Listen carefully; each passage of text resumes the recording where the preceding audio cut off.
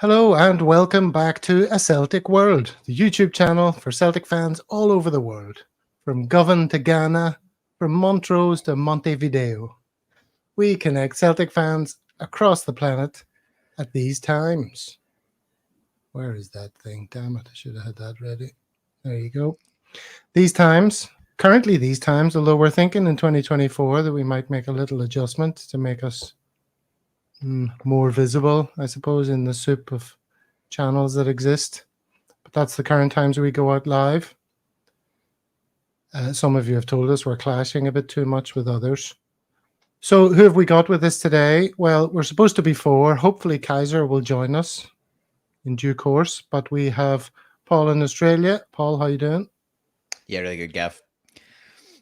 Always good to see you, and always a delight to see Jerry in Singapore.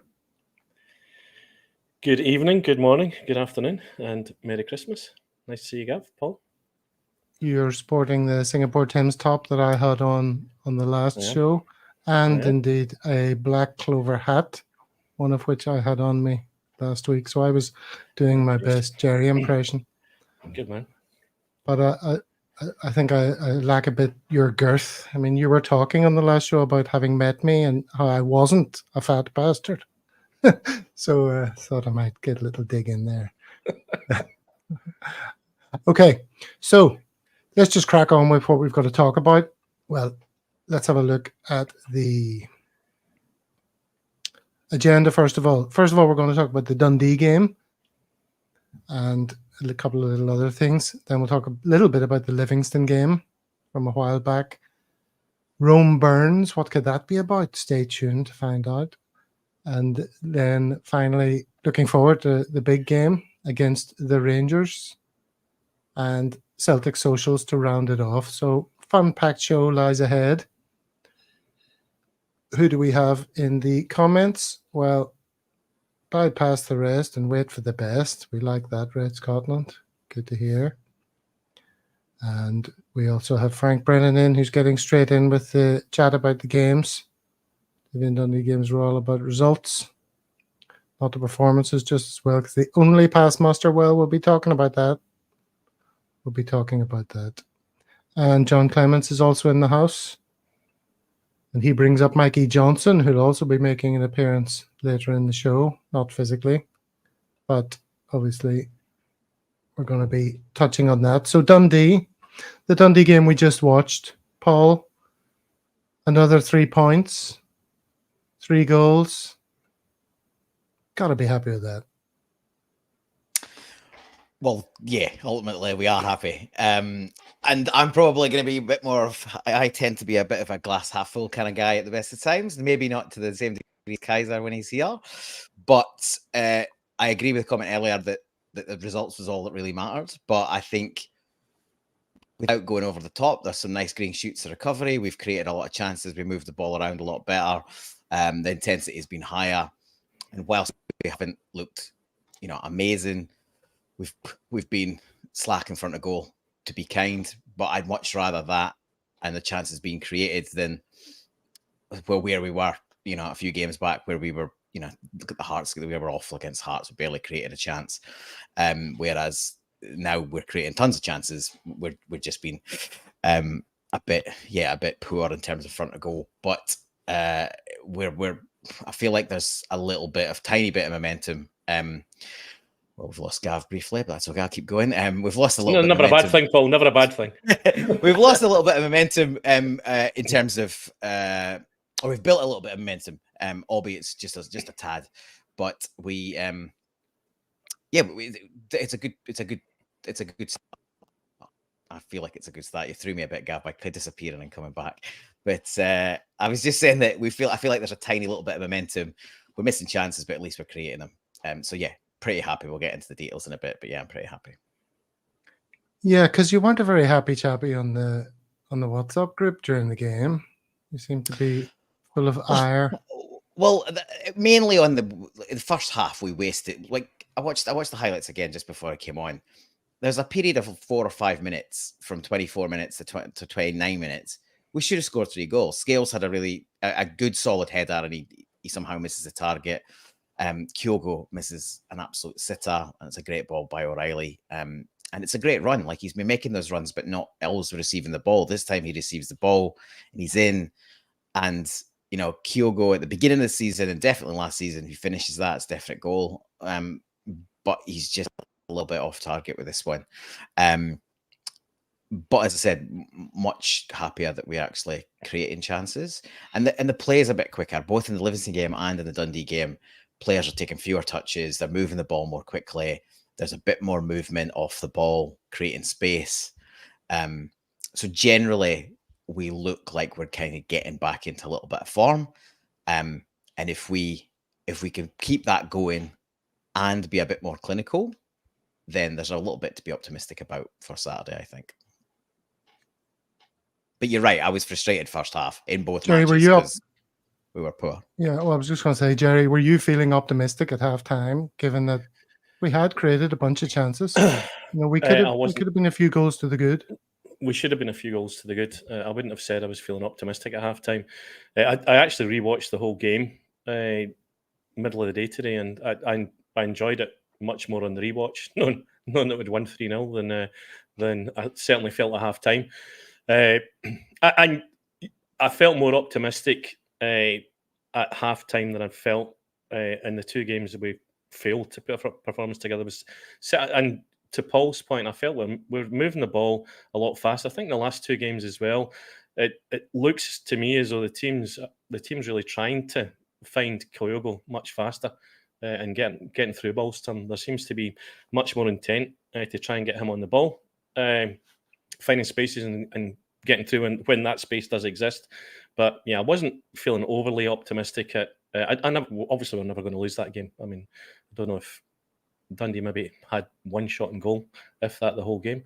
But I was certainly, the second viewing was much more pleasant than the first one, but that's always the case, I guess, when you know the score. Yeah, okay. And, well, Paul, I want to talk about reference back to your contributions to our WhatsApp group chat during the game, and the object of your ire was one player in particular. Let's talk about that. Lewis Palmer. Lewis Palmer's a funny one because in the two games we've just gone through, we scored 5 goals and he's had 3 assists. But his decision making and his execution for a good chunk of all of that was poor. His corners in particular, particularly against Dundee, were really poor. This sort of I've spoken to a few people, including my brother, who's a professional football coach, and he reckons that near post corner must be tactical, right? He's getting instruction to hit the near post. What I don't think can be instruction is literally trying to score direct from the corner in at the front post. And across the two games, I think he tried that 3 or 4 times. Now, you might try that a couple of times a season. And if one it's on his highlights reel, isn't it? It was one of the things in his highlights. Wow, he can score direct from corners because he does it about 100 times a season. I've got no interest. I've got no interest in my corner kick taker trying to score direct from a corner. If it goes in, great, it's a fluke. Or if you pull it off once in 100. I don't want him to be trying 100 times to get the 1 in 100, though. I want him to deliver good quality balls into the box. And yet we scored a near post corner with Scales, contorted himself to score a great header against Livingston. But that doesn't mean that's the blueprint to hit the same corner every single time. It was just really frustrating. And when he went off, and I think how many corners, but 20 odd corners we had, 23 or 24 corners I think we had. O'Reilly took the last few. And the delivery was so much better. It was dangerous. It was whipped. It was into an area where players could attack the ball. Palmer's a bit of an enigma. He's clearly a good player. It was his pass to open up the goal for Bernardo. We've seen some stuff where his whip is great. Some of his shooting's good, but he's inconsistent and he's not where we really need. He's inconsistent, but you know what I'm going to say. I'm going to say 20 partidos, 9 asistencias, 7 goles, líder en asistencias en la Liga de Escocia. But he should be for that. That's fine. He should be further Yeah, thank ahead you. Gracias. on those stats. My point is, he should be further ahead on the stats.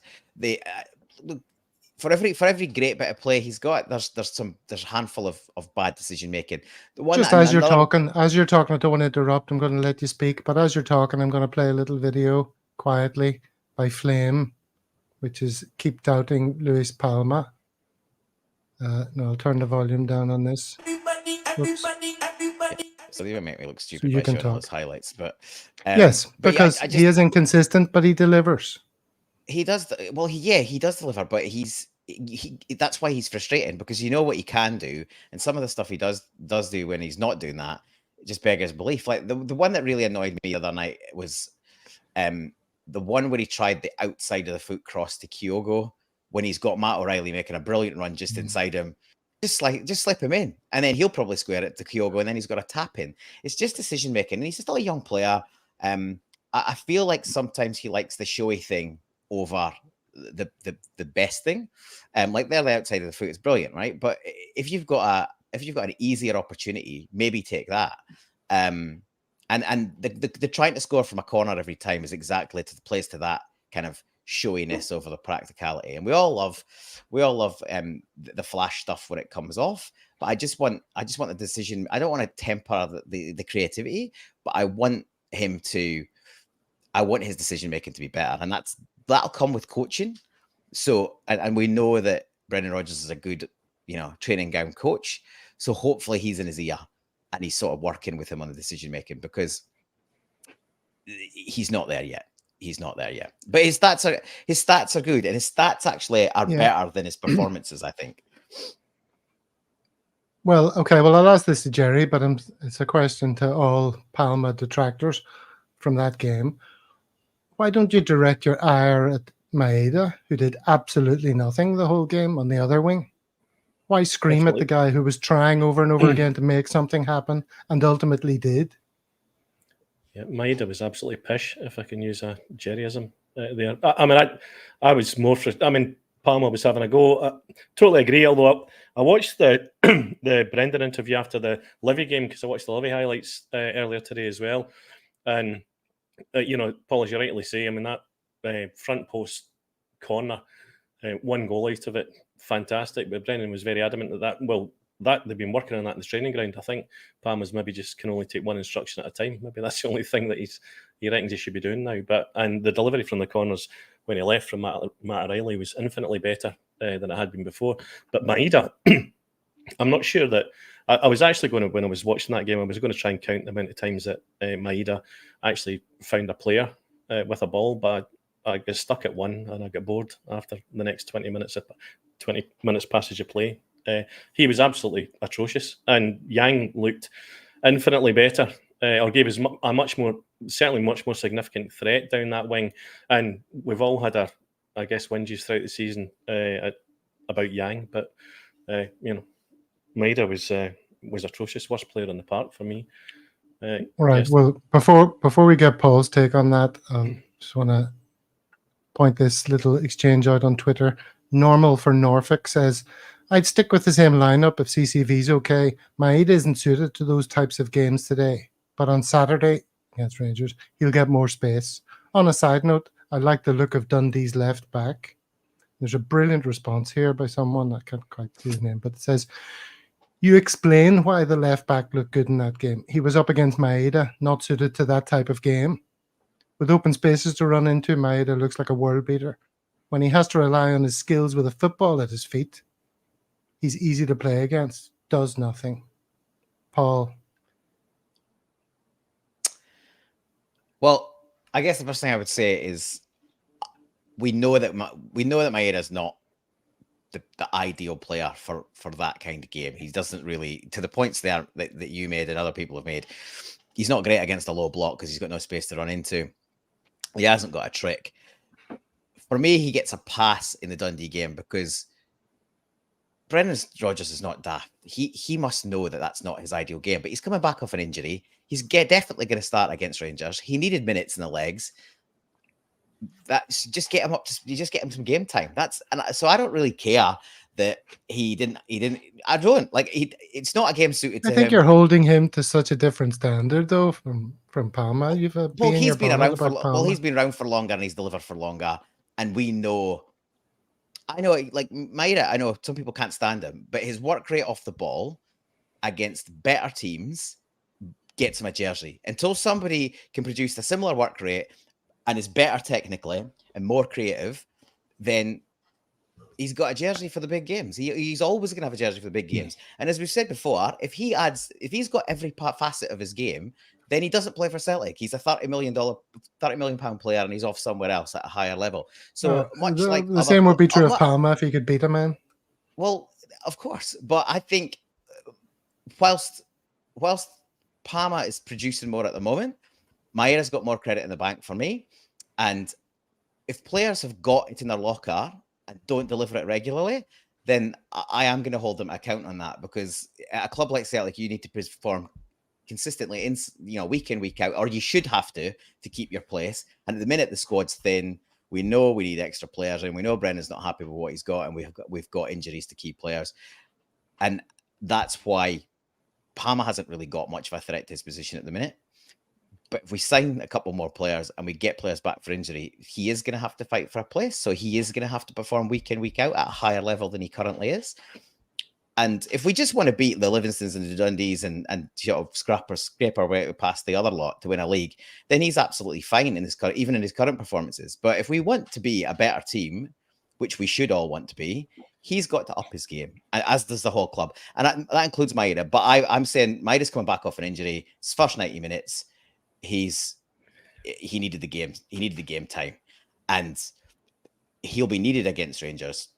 Even if he never does anything proactive with the ball, his work rate alone is worth him having a jersey on Saturday. So he'll play. Yeah, I agree. I agree with all that. He needed the game time. So as I say, yes, he was poor with the ball, but we know he doesn't operate well against that time. But he needed minutes, so he got minutes. That's my view on it. And Yang looked a bit more. Yang and Johnson get the same benefit. If you come on with 50 minutes to go against a team that's hardly had the ball, they're tired. It's why Turnbull used to look like a world beater in the last 15, 20 minutes, because he's up against tired defenses standing off him, and he looks good. And the same can be said about both Yang and Johnson. When they've had chances from the start, they've very rarely taken them.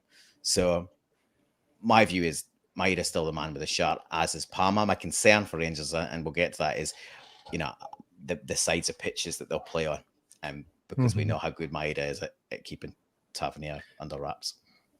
Yeah, strange love the doctor's point there.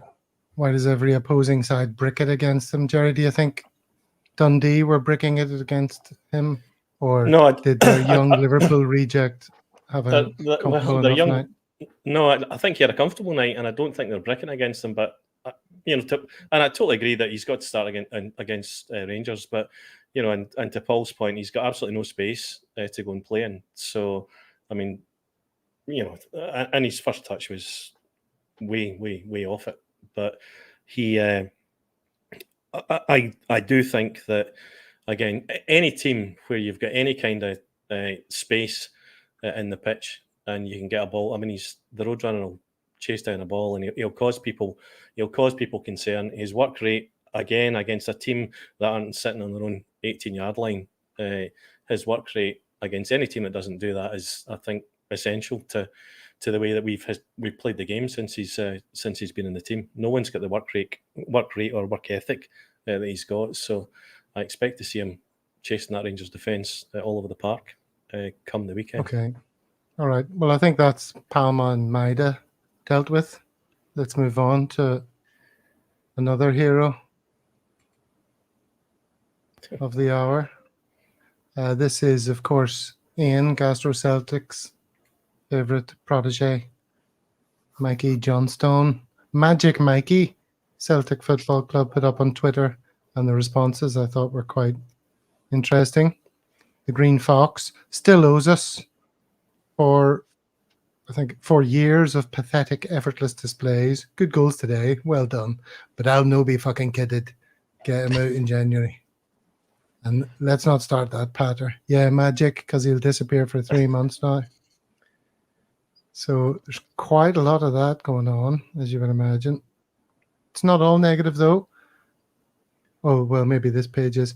Wrap that pish up, says Pickles McPickle. 2 mishit shots because Carson is a shambles. If you start him on Saturday, I'm not watching. Somebody else says, FD there, stick a tenner on him to score the winner against Rangers. Gaz H. Fifisa, let's not get carried away. Carson, bad oven gloves on. Had oven gloves on, I think. So, lots of negativity. There's just one more. Somebody says, this is Mathieu de Brun, says, Mikey Johnson haters come outside for this ass whipping. And Stefan also shouts in response, do not start this utter draws player on Saturday. For the love of good, keep him out the squad. Yeah, he is still utter shite. And Fag Bohun concludes the conversation with a little clap. I'm not sure what that's relating to exactly. But Mikey Johnson, the man, the myth, the enigma, wrapped inside a mystery, inside a riddle. Scored a couple of goals. Give him some credit for that, eh, Paul?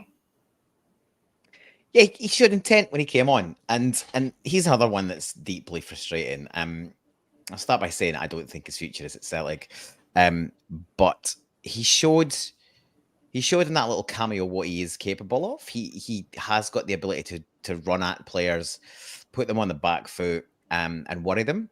The first goal, yeah, the keeper has a mare. Really, he should save that. But I would think a lot of us were bemoaning the fact earlier in the game that we had all those chances and we failed to hit the target. So at least if we'd hit some of them on the target with goalkeeping like that, we'd probably scored a few more goals. So credit to him for taking the defense on and hitting a shot. The third one is a really good finish. It's not right inside the post, but it's far enough out of the keeper's reach and it's in. So yeah, I'm not going to be calling for him to be starting on Saturday. We've just covered the wingers that will start.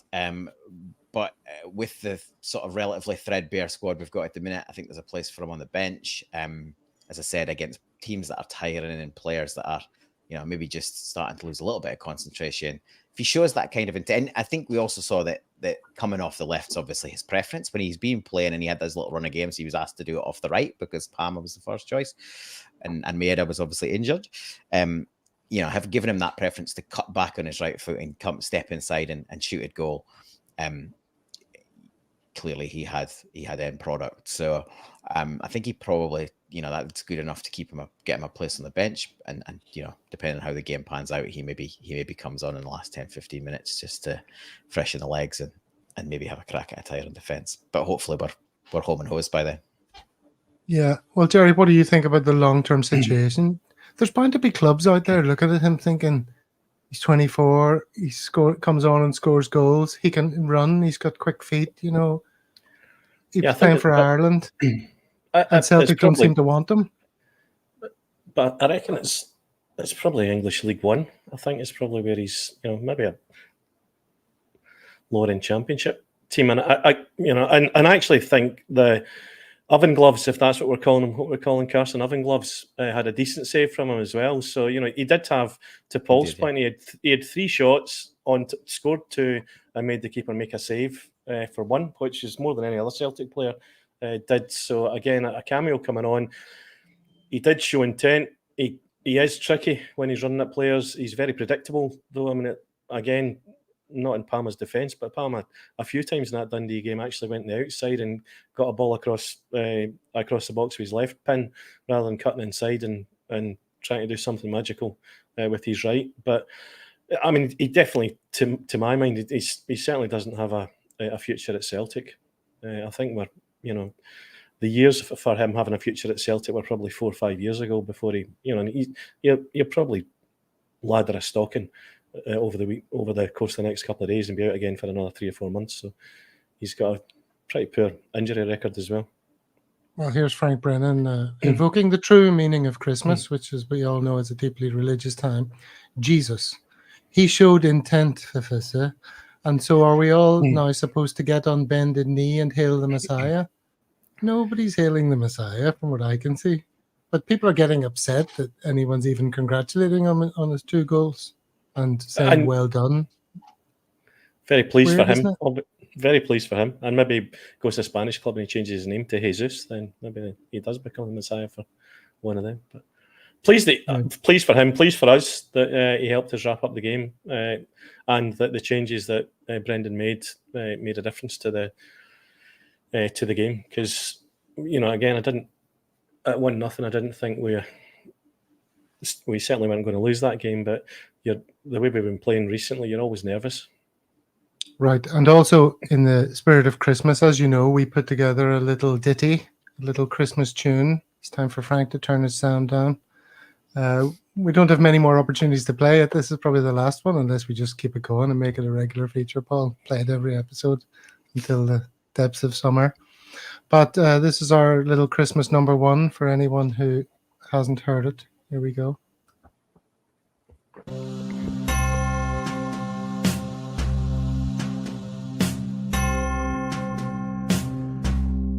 It's Christmas time, season 1, and it's going well. At Christmas time, no more Europe as usual. And in our world of Celtic, we can spread a smile of joy, throw our arms around you all at Christmas time. But say a prayer, pray for the other ones. At any time, it's hard when you're a hurting home. While we win trebles and doubles, they're laboring below. Mounting financial troubles, while our mountains of cash grow. Yet all over Celtic Twitter, there are the clanging chimes of doom. Reds and that, thank God we're green instead of blue. May the board have indigestion now this Christmas time. They know we have regressed this year, it shites. He needs the cash to flow, or heal up sticks and go. Let's see a great January window. Here's to you, enjoy imbibing. Tell your mate thanks for subscribing. Do they know we're live streaming at all?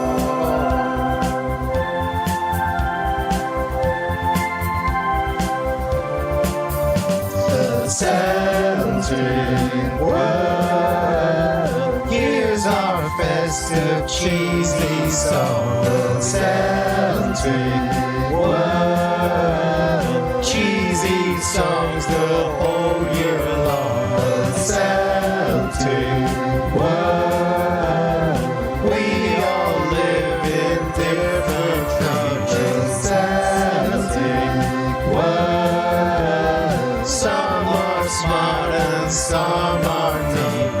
Celtic world, new subscribers always love us. Celtic world, we're less boring than some others. Celtic world, if you forgot to buy something. Celtic world, why not forward our YouTube link?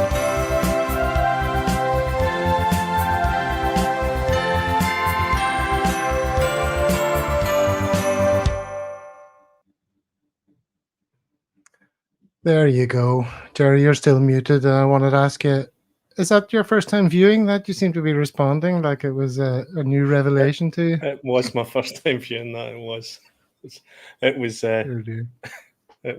amusing. It's a special 10 out of treat 10 for this the time lyrics, of year. Gav. 10 out of 10 for the lyrics. We could, Thank you know, we've got Rod Stewart here on the 16th and 17th of March. We'll see if we can get him to do his Easter ditty. So you're going to say he needs a hand penning his living next here. hit. He's not living here, but we're going to see if we can get him along to sing Tim's again this visit. So. Very good. And see if we can get him to say, subscribe to Celtic World in his Scottish accent. We'll probably That'd turn be more good. subscribers off than on, though, Gav. That's the problem. So. That's right. Hey, you might have noticed that I had the wrong thing going across the bottom of the screen. Did you notice that? I had one that says things like, we're going to watch the game live. That's another thought we had for 2024 is we might do some live watch-alongs. So that was, if you're confused by that, this is our more usual one now, streaming across the bottom. So you can see where you can find us on socials, like and subscribe, all of that good stuff. Okay. So, right, well, we didn't really talk yet about the Livingston game in any great detail. Do we want to just quickly talk about that? Sort of a similar story in the first half. Knocked it about, reasonable pace, no cutting edge, no goals, but then a couple of goals in the second half. Paul, was that sort of the similar story? Did you learn anything from the Livingston game you didn't from the Dundee game? I think they definitely had similarities. First half, both games had a glaring Kyogo miss. The Dundee miss is probably a worse miss, albeit a better move.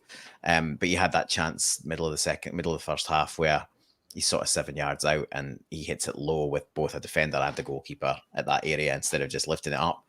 And again, just that little bit more composure if he was in form. I think he scores that. O'Reilly manages to sort of defend one from pretty much a yard out when it looks easier to score. Maeda has one at the back post. So there's 3 or 4 really good chances in the first half. But then, you know, we're all, a bit stressed and, anxious because, history tells us if you miss your chances, then maybe they come and bite you in the arse.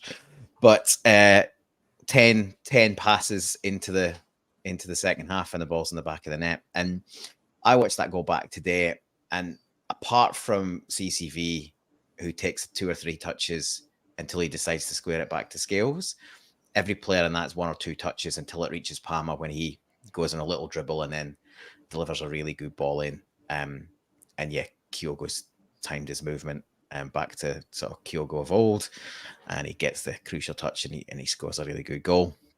And we touched on Scales' header, which came not too far behind, and really after that, we're cruising. But Livingston, I think the main difference, Dundee tried a bit more of a tactical attack in that they tried to hump it long. Livi really didn't even achieve that. I don't think they had a single shot on target. I think they maybe had 1 corner. They really was just it was attack against defense exercise. And Dundee, well, it's not much better. They did at least have a plan. Like they played 3-5-2. They had two attacking options. Without the ball, really, that became basically 5-5. The wing backs effectively dropped into a back 5, and the 2 strikers, tried to busy the midfield up, and that's why it became congested. But yeah, there were similar games. But I think I think it's worth mentioning, because he wasn't asked to defend very much. I thought Greg Taylor looked a lot better in both games. He was fully inverting for most of both matches and provided an extra midfielder. There was a few times in both games he's taken the ball off Alistair Johnston in the midfield holding position. So he's not just inverting on his side. He's pretty much playing an inside deep lying right centre midfielder next to Cal. And because neither of those teams showed any sort of real desire to put us under pressure, he was able to step out and do that. He made plenty of great runs, more often than not decoy runs. The first goal against Livingston, Palmer gives the point and Taylor does the selfless run round the outside.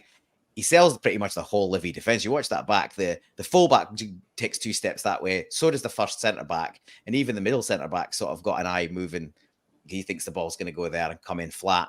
And he just bends it in over the other. And it's, the movement's great. But I think Greg Taylor is worthy of, given how much abuse he's had from pretty much the whole support and enough of us on here, his performances were decent. The concern is he'll be asked to defend against Sima on Saturday, and they will target him because he's their best attacking player. And obviously he's our weakest defender. So I do have concerns, particularly if Palmer plays on that side, if that's what we expect, because he's not as defensively minded as Maeda is. So I do have some concerns. But yeah, I think Taylor, when he steps into midfield, that's really where his strengths lie. He's got good movement and he's got good passing. He's not a great defender. Jerry, just to conclude the view on these last two games, do you agree with Strangelove the Doctor here, who says the last two games under Brent have been excellent? We're playing the fast two-touch I like, and everyone is working hard to create options for the man on the ball. We are improving. Do you go along with that? I think if excellent subjective then, and the subjectivity was the two previous games before these two, then yes. But we're far from excellent. I mean, a definite improvement, but again, not forgetting we're playing against Livingston and Dundee. We were certainly better, and as I said, I actually watching back the Dundee game, I quite enjoyed watching the game back, knowing what the score was. Come back to the Livingston game, great to see Skill score that goal, which they'd obviously worked on. Great to see, whether that was a great delivery from Palmer, whether it was a shot on goal, but the movement from Kyogo to put it in the back of the net was great. So, we all said after the prior two games that we needed to get to this point, having 6 points in the bag, and that's what we've done. And we've done it scoring 5 goals and conceding none. So, and not looking like conceding a goal that I can recall of the two games. So, happy that we're at the point that we haven't, or at this point we haven't dropped any more points getting into this fixture, and and also their game being called off today for us in this part of the world is just goodness as well. It just as yet another game they're going to have to play at some point midweek, some point where we're not. So.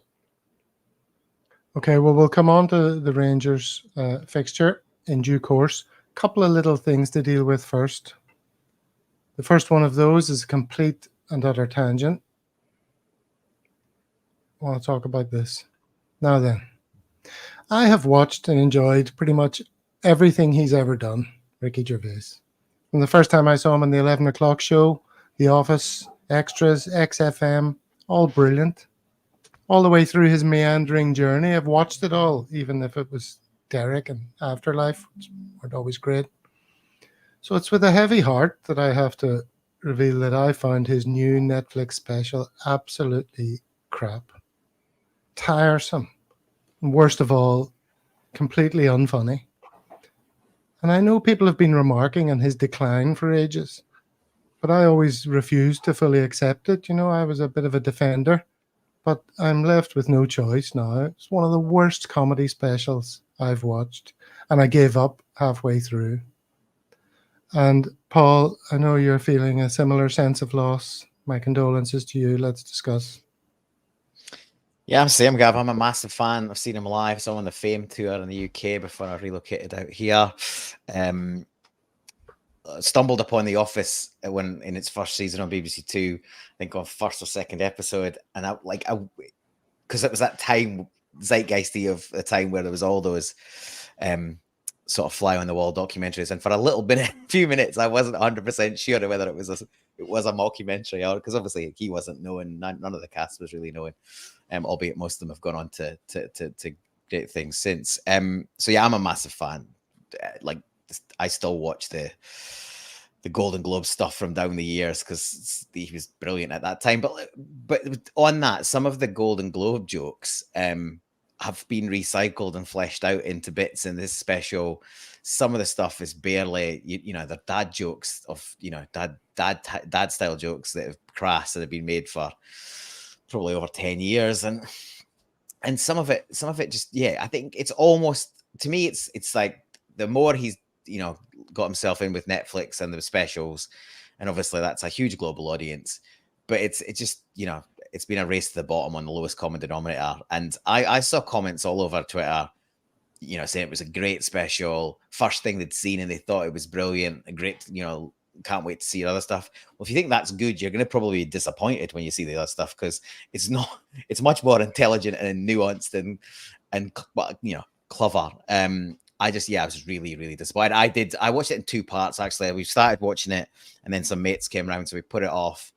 But I was a bit like you at that point. I was close to wanting to can it entirely. I'd say that probably the last 20 minutes picked up a little bit, but it was really, really disappointing. There was quite a few I think the best, you know, if you've seen the clips that, you know, the trailers and the 1 minute clips and the bits of routines, you sort of, some of them are quite funny, but that's about the best of the material. And you kind of hope when you do teasers, that's towards the worst of the material, because you don't want to give away your best stuff. But it's like those sort of movie trailers where they show you a few minutes of the movie. You think, oh, that looks not bad. And then you watch it and you realize that's the only good bits in the movie and the rest is utter dross. So yeah, really disappointing. Certainly hope that it's not a continued downhill trend and he can buck it. But sort of the last special. There's no way he's even self-aware enough to acknowledge that he's gone off the boil on one of his specials. Well, I think because as long as enough people like him, he'll be. Yeah, what's the problem? Like, that's a problem. Loads of people blow smoke up his ass, blah blah blah. One of the biggest disappointments, or one of the things that has impacted his comedy majorly, is the breakup of the writing partnership with Stephen Merchant. I think Stephen Merchant probably isn't appreciated as much as he should be. I think he tempered a lot of Gervais's sort of move towards, you know, overly crass, overly sentimental, overly nostalgic. Because all that stuff's great. All that stuff's great in, you know, in control, but you let that go and it sort of overtakes things. So I think Merchant was probably a good, I know he would have been a great foil for him, and he would, you know, they worked well as a partnership. But I love The Office, and I quite enjoyed the Life on the Road movie, but Merchant wasn't involved in that. So you can see the drop off in the quality. Yeah. Well, let's not spend too long on it. Jerry, have you seen it? No, and no intention of watching it based on the comments from both of you. I think I was probably watching the Kevin Bridges live from performance in Cork that he recorded at the same time you were doing that, and I was pissing myself laughing at that, and then I proceeded to go and procure on Apple TV anything else that I could from Kevin Bridges. So I spent the best part of a day just laughing at Kevin Bridges. I'd much rather laugh at Kevin Bridges than Ricky Gervais, although I did love The Office. Yeah, sorry to have cut you off there, Paul. Didn't mean that. No, that's fine. I was just going to say I saw Bridges here obviously a few weeks ago, and absolutely top notch. So yeah, I think it's just disappointing to see somebody go that badly downhill. And of course, the problem is, if you criticize him, his supporters will always claim it's because you're some sort of liberal snowflake or something, or you can't handle him tackling the issues he does, which is complete bullshit. Like, Louis C.K. is the king of comedy as far as I'm concerned, and he jokes about everything, even the most dark, serious issues in life, but he finds the funny in there, you know, and that's the difference. He's masterful at teasing out the humor from these controversial subjects. Ricky just misses the mark on that over and over again in this special. He's so obsessed with wanting to be bringing up the issues, he forgets that humor is supposed to be the goal. And it's just really annoying and disappointing. And I sort of feel this as well. It must be hard for a man so used to making others laugh to lose his appeal. You know, but again, I don't know how self-aware he is. I think he's just, as long as enough people are watching it, he can go, oh, I'm top on Netflix. I beat the 24-hour fire that people put on their TV to make their room look Christmassy. Anyways, moving on. I can't be bothered reading these comments. I think we've spent enough time on that. Let's get back to other matters. Now then, from that, well, what some might consider sad story to slightly more uplifting one. What if I was to tell you there was a Celtic fan who has recently risen to the footballing heights of representing his native Italian national team. Would that be of interest? Well, Absolutely. there is such a person, and he is someone with very close connections to a Celtic world. So let's watch Killian's story.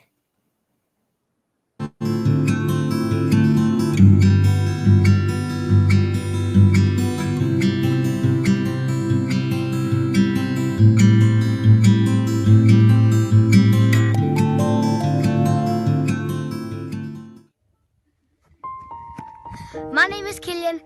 I have an area and I love football. Il mio nome è Killian. Io ho un'idea e mi piace troppo il calcio.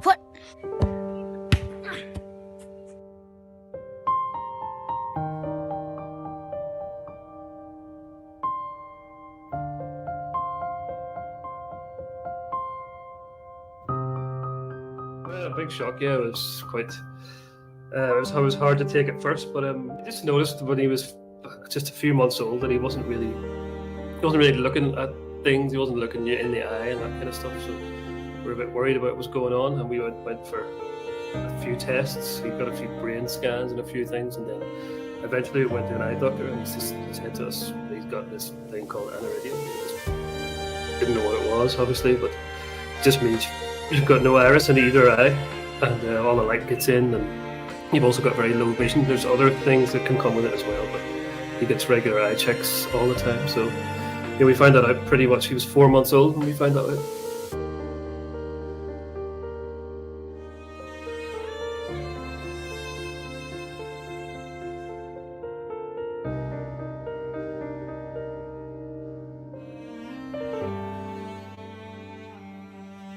I mean, obviously having a father who's watching Celtic matches all the time is helpful, but so he would watch games with me sometimes, and he would always, anytime he had a ball, he'd always want to kick it somewhere, and he'd always want to play. We'd be outside in the garden playing between a few trees, and he just wanted to play football all the time.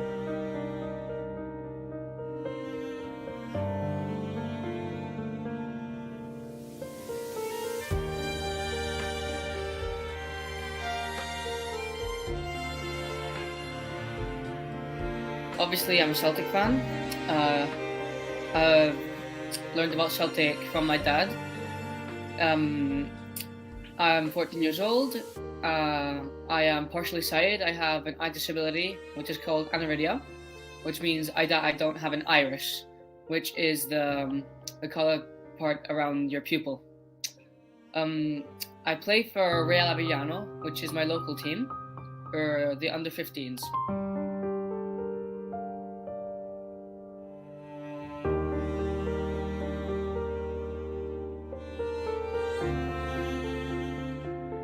Well, my first memory about learning about Celtic is whenever my dad one night was telling me a story about how we managed to beat Barcelona 2-1.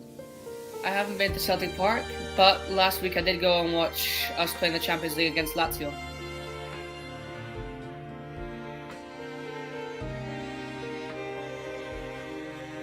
It was electric. It was absolutely... It was surreal that I was there. I really couldn't believe it. Still hasn't completely hit me that I've actually been there. Well, with my team, I train twice a week, but I train in my football pitch in my back garden every day. I'm just gonna work as hard as I possibly can every day, training, try and improve in any way possible. Well, obviously, I love the whole team, the atmosphere, the fans. Everything's amazing. But if I had to choose a favorite player, I'd probably choose Callum McGregor.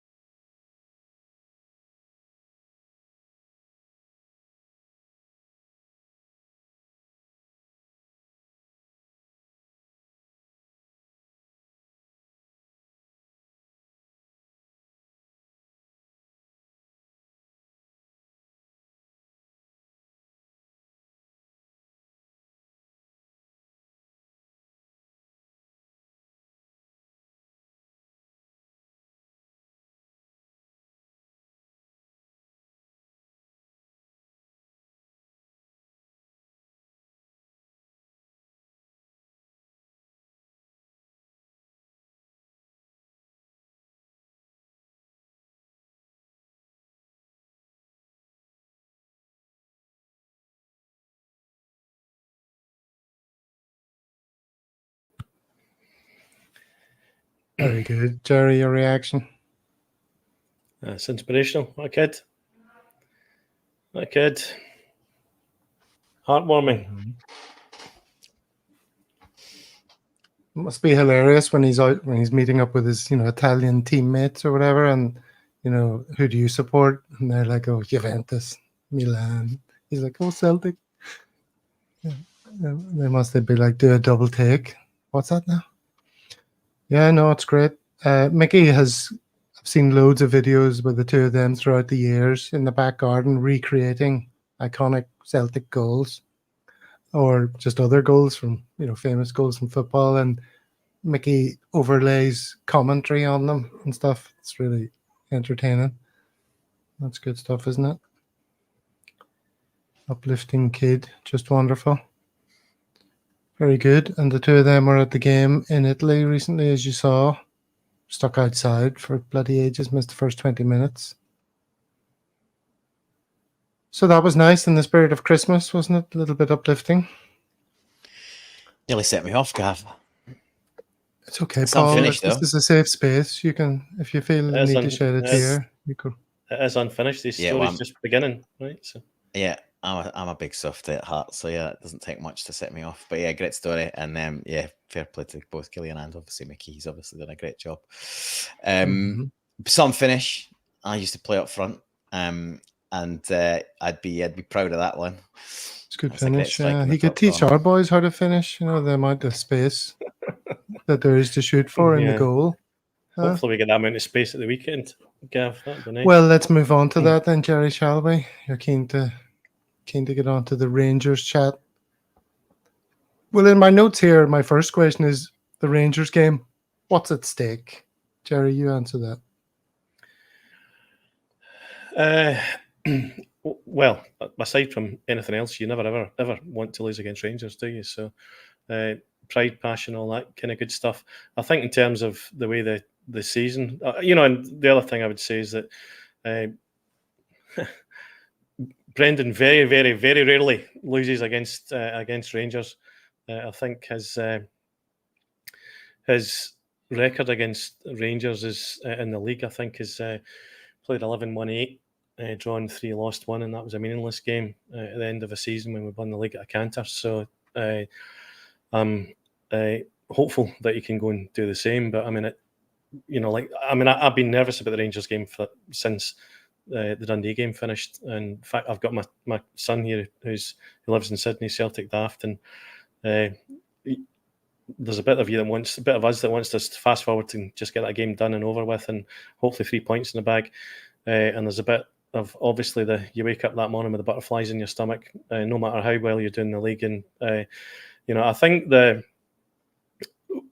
in terms of the outcome of the league, I don't think there'll be it will have a massive impact on the league.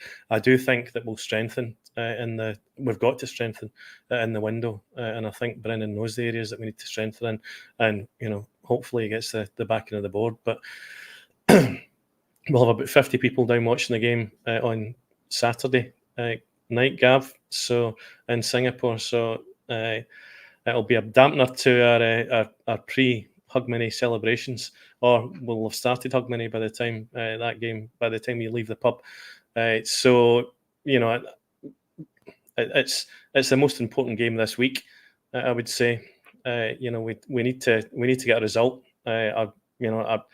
Hopefully 3 points. 3 points would have us 8 points clear, albeit they've got a couple of games in hand. It'll give them an injection of belief if they can beat us at Celtic Park with no knuckle draggers there to support them. So, hopefully we can get the job done. But I don't think this game is going to dictate the outcome of the league. So we obviously want to win, and in the last couple of games, hopefully have given the team a bit of momentum getting into this game. And as I say, believe that Brendan will get a team on the park that, we've all watched under Brendan us play against Rangers teams where we perhaps dug out a result where we possibly shouldn't have in the past. So, but 3 points, I'll be praying before the game, and probably praying to Mr. Guinness or the Guinness Company before the game that we can manage to get away with a victory. Paul, would you summarise the possible impact of this result in a similar way, or do you think it's more or less important than you just heard? Well, they're always big games, and they're big games because they're obviously the points at stake against your main rival make it a bigger deal. Obviously, all the history and everything else that goes with it is massive. I'm actually a little bit more concerned about the St Mirren game. I'll be brutally honest, because we've got a home support. We've got a couple of wins under our belt. The fixture should take care of itself in terms of being up for it. Some stuff you can't control, obviously referees and the like. But whilst we've touched on a lot of the refereeing stuff, I'm pretty happy with who's been appointed as far as you can be with what we get in Scotland. So, yeah, I think St Mirren's a potential banana skin without looking too far ahead. So I agree with Jerry. I don't think it's going to be definitive this season, but if they can somehow win, it does give us, it does put us at, sort of potentially trailing.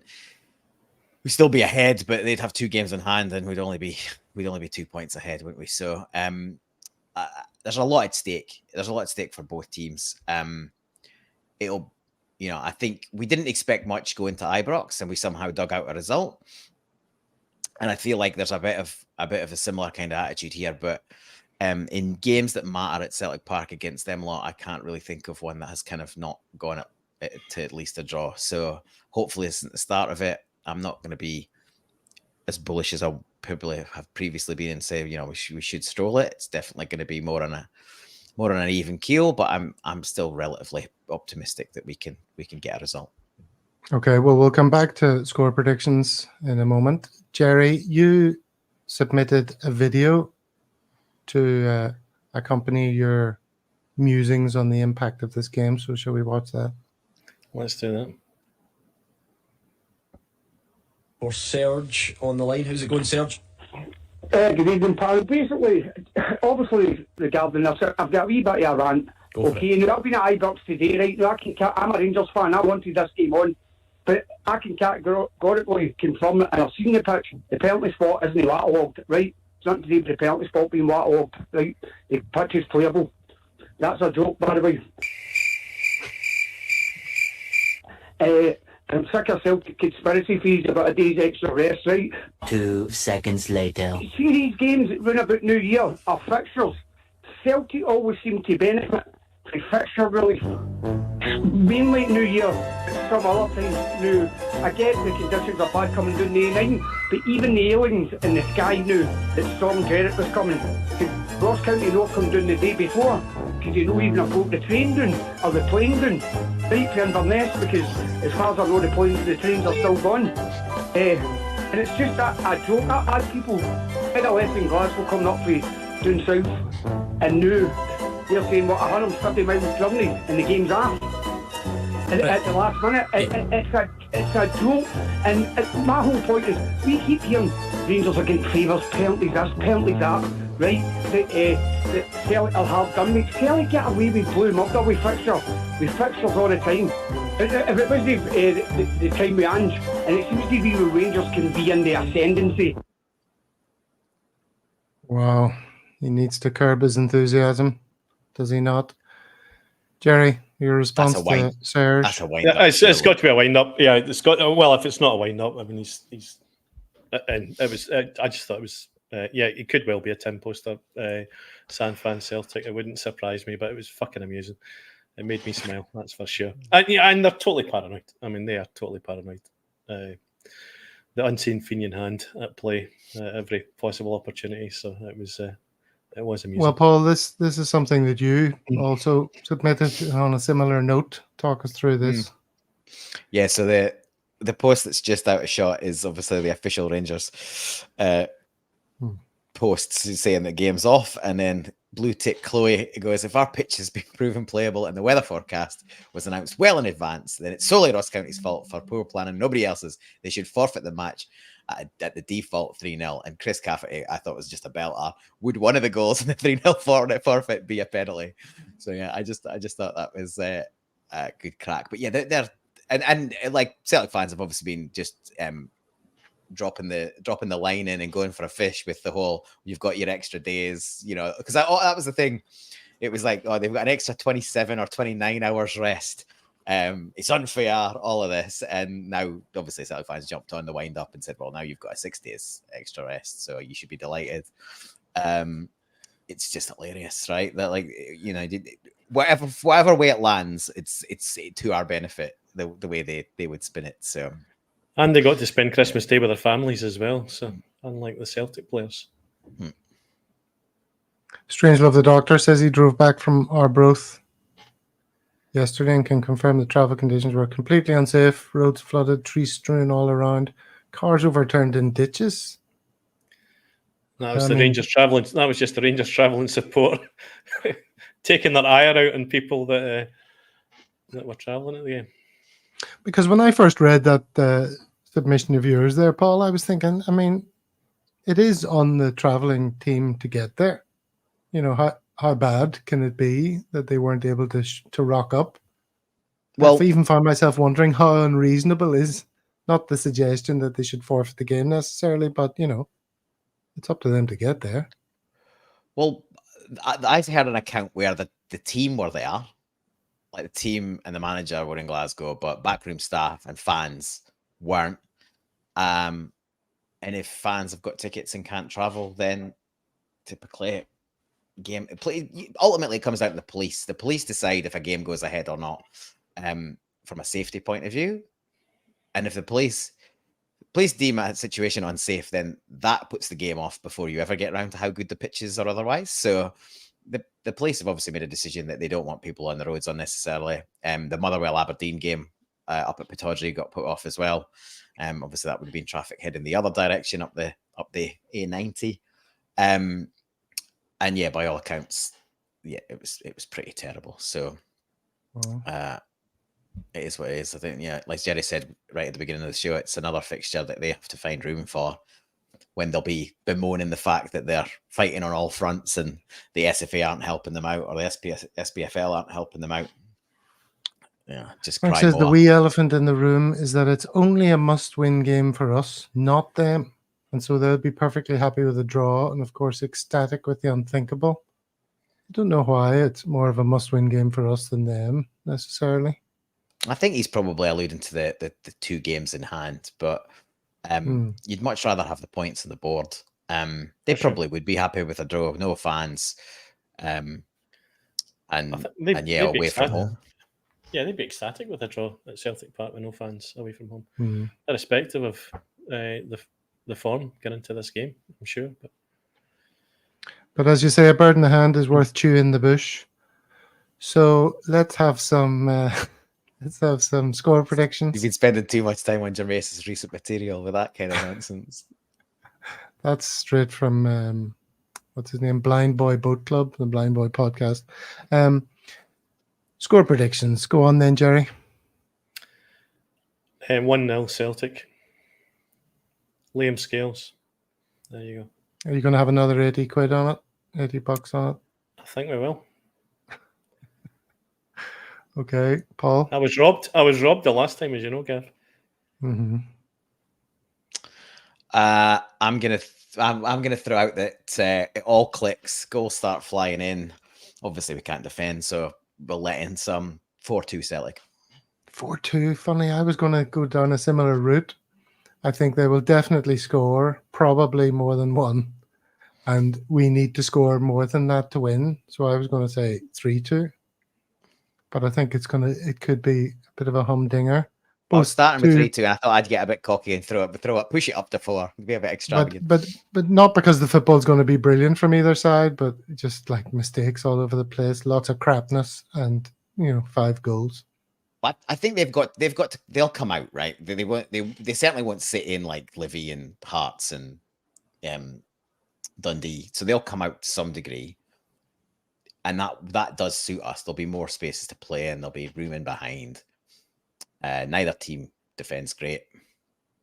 It could be if there is such a thing as a neutral in these fixtures, it could be a bit of a humdinger, like you say.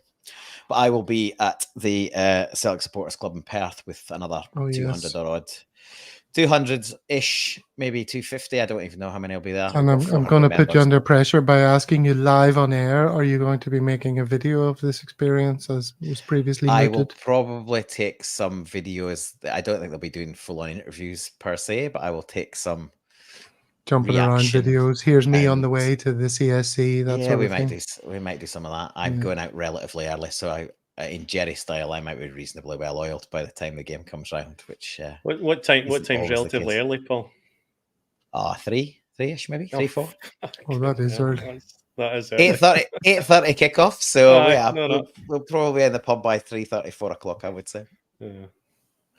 I don't know if you've noticed, but the people are pouring in now. Just towards the end of the show, the numbers have doubled.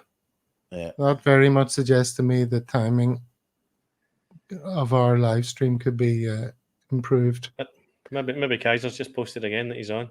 Gaff. Yeah, Kaiser was supposed to be on. He told the world of Twitter that he was going to be on today, and I can assure Kaiser fans that he wasn't barred in any way from joining us. I think he's just slept through his alarm clock yet again. He loves that snooze button, doesn't he? Yes, he does. All right. Well, I won't continue talking to myself. Let's leave it there. Thank you very much, everyone in the comments.